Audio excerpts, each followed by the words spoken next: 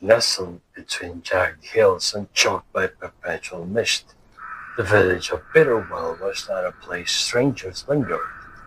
Its cobblestones were slick with damp malice, its windows shuttered tight against neighbors as much as weather. The people of Bitterwell were not merely poor or isolated. They were envious, petty, and sharp-tongued.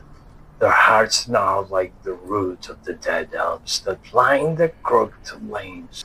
They hoarded grudges like golden whispered curses behind closed doors. It was into this den of spite that Elias Thorne arrived one autumn evening, his cot creaking under the weight of glass vials and cork jars. He wore a long faded coat the color of dried blood and carried no name but the one he gave, the potion seller. His eyes pale as river stones, missed nothing. He set up shop in the abandoned tannery at the edge of town, hanging a crooked sign that read, "Elixirs for want and wisdom, used with care." The villagers watched from behind lace curtains.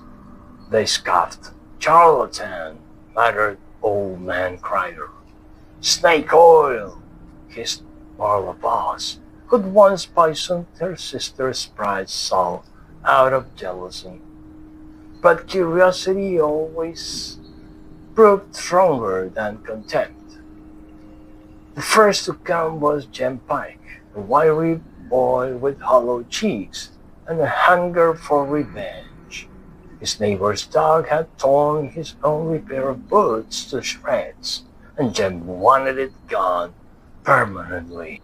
"I want something that will make it vanish," he whispered, eyes dotting. Elias sighted him. "I have a draught that will make any creature sleep forever," he said, placing a small vial filled with inky liquid on the counter. "But heed this, it must be given willingly. If forced, the effect reverses. The giver sleeps instead." James nodded. "Who'd willingly drink poison?" "Precisely," said Elias. "That's why I warned you. This is not a tool for cruelty. It's a mirror. It shows intent." Jem paid with 3 copper nails and a button.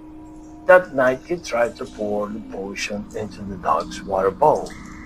The dog growled, and Jem stumbled back, spilling the vial on his own hand. By dawn he lay stiff and cold in his bed, dreaming a dream from which he never woke. The dog unharmed howled all night. The villagers buried Jem in silence, but instead of fear, they felt opportunity. If the potions worked, then perhaps they could be used more cleverly. Next came Agatha Bellwether, whose sister owned the only thriving apple orchard in the valley. Agatha wanted it for herself. "I need something to make her generous," she said, smoothing her shawl. Elias selected a golden-hued vial. "This elixir inspires true generosity, but only if the heart already holds a seed of it. If not," he paused, "the drinker gives away everything, down to their last breath." Agatha smirked. "My sister's a miser.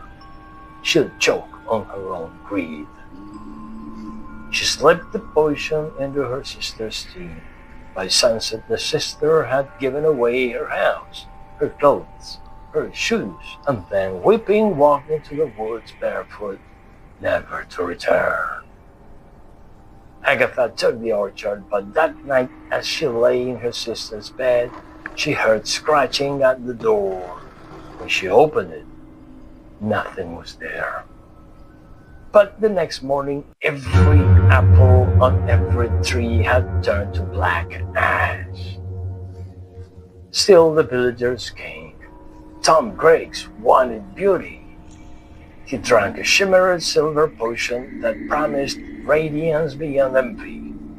But Tom's heart was full of vanity. not self-love. The morning his face was smooth and perfect, but his eyes were gone, replaced by polished mirrors that reflected only the ugliness of those who looked at it. The children screamed, his wife fled. Mother Chloe wanted her rival's husband to love her. She used the crimson love tincture. But love cannot be stolen. It can only be given. The potion twisted her desire into obsession. She followed the man everywhere, whispering, weeping until she drowned herself in the mill pond, still clutching his name like a rosary. Each time Elias warned them, each time they ignored him. The power is in the potion, you'd say, but the consequence is in you. The villagers began to whisper that Elias was a demon, that his shop was cursed. Yet they kept coming, sneaking through back alleys, covering their faces, clutching coins and stolen trinkets. Then came Silas Crowe, the village elder, a man whose envy was so deep it had rotted his soul. He wanted everything: youth, wealth, respect, power. He marched into the tannery at dusk, his cane thumping like a judge's gavel. I want your strongest potion, he demanded. One that gives me what I deserve. Elias looked at him for a long time. Then he reached under the counter and produced a single vial. Clear as water, yet swirling with faint motes of light. This, he said softly, is the elixir of true deserving. It grants exactly what the drinker has earned in his life. Silas laughed. I've earned the world. He paid with a bag of silver and drank it on the spot. For a moment nothing happened. Then his skin began to gray. His hair fell out in clumps. His fine coat turned to rags. His silver melted into dust. And as the villagers gathered outside, drawn by his screams, they saw Silas shrink, not in body, but in presence, until he was nothing but a hunched, trembling figure muttering apologies to shadows. He spent his last days scrubbing the church steps, begging forgiveness from cats and crows. After that, no one came to Elias' shop for a week. Then one rainy morning, a young girl named Lila appeared. She was barefoot, her dress patched, her eyes wide but kind. She held out a single wild flower. My brother's sick, she said. He can't breathe. The healer says he'll die by winter. Elias studied her. What do you have to trade? Only this, she said, offering the flower. And I'll work, I'll clean, I'll fetch water. Anything. Elias took the flower from a high shelf. He took a vial filled with soft green liquid like sunlight through leaves. This will heal his lungs, he said. But it only works if given without expectation. No promises, no bargains, just love. Lila nodded. She didn't ask questions. She took the vial and ran. The brother lived. In spring he danced in the meadow. The villagers watched, confused.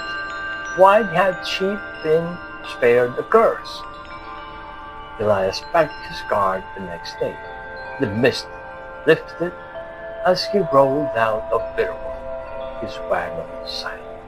On the door of the tannery he left a note made to the wood. The potions do not lie, they reveal. What you seek, you already carry. Use wisely, or not at all. Bitterwell returned to its old ways, whispering, skimming, envying. But sometimes on quiet nights, they'd pass the tannery and swear they heard glass vials clinking softly as if waiting. And every now and then, a child would leave a wildflower on the doorstep, just in case.